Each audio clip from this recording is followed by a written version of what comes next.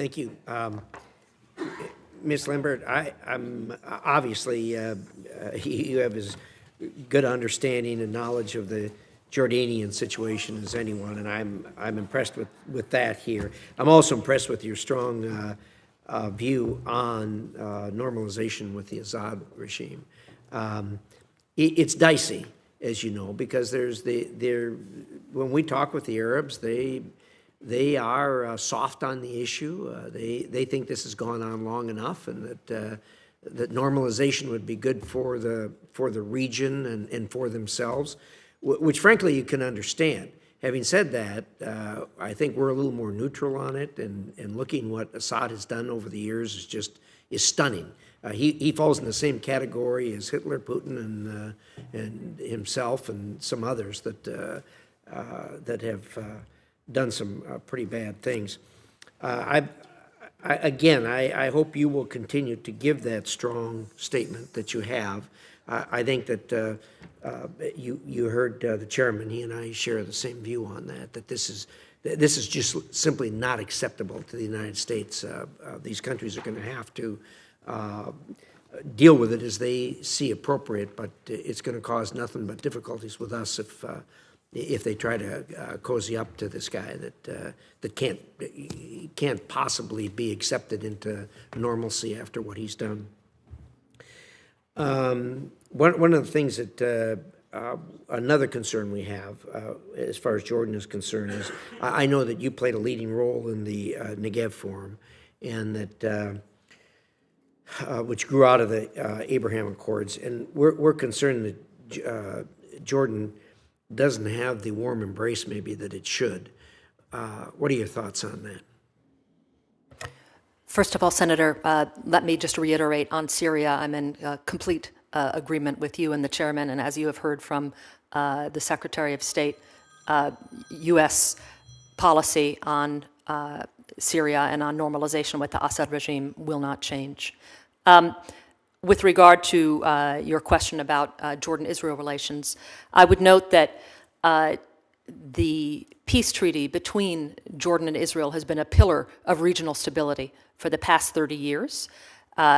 There is a strong relationship, a relationship that's not without its strains, like all relationships, but one that, if confirmed, I will work to strengthen and advance. And part of that would be encouraging Jordan to participate in, among other regional integration efforts, the Negev Forum, which, as you rightly point out, is building upon the historic Abraham Accords in creating an unprecedented multilateral framework of Israel and its regional partners focused on further cementing and advancing peace.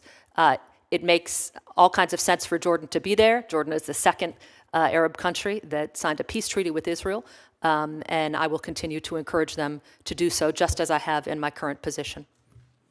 Well, I really appreciate that. The other thing I think from a domestic standpoint in Jordan, the chairman I think outlined as clearly as possible the warm relationship we enjoy with the king. Obviously, because of the demographics in the country, that's not shared by everyone in the country. And I don't know if you have thoughts on how we can ratchet that up. Obviously, he's in a better position than we are to advance it. But do you have any thoughts on that? I'm sorry, Senator. Do you mean in advancing strengthening the U.S.? Our Jordanians' view of us. I mean, we do a lot for them. But I'm not sure it's fully appreciated there by the masses. Senator, if confirmed, I can tell you that that's going to be a top priority for me, working with our embassy team, getting out and about in Jordan, explaining the role that the United States has played in supporting the Jordanian people. And I want to get the news out about that as much as possible as we work with our Jordanian partners. I appreciate that. Mr. Brown, you've got a heavy lift. There are things happening in Ecuador that indicate the country's headed in the wrong direction. As you probably know, their cocoa crop was at an all-time high of 500,000 acres. in the last crop. This is not a good sign, because obviously that the greater the drug problem, the greater the problem it is for us, for democracy in the country and everything else. And we've seen some awful examples of this on the continent. What are your thoughts on this? Senator, thank you for the question. If you're referring to the transport of cocaine from narco-trafficking networks from Colombia and from Peru, the country is really being impacted. There's no doubt about that. But with U.S. intervention over the past year, Ecuador has been able to seize more cocaine tonnage than it's ever done. 2022 had record seizure, but there's so much more that needs to be done. The instability that's being created in the communities where drug trafficking has taken over, especially in some of the coastal communities, it is a problem.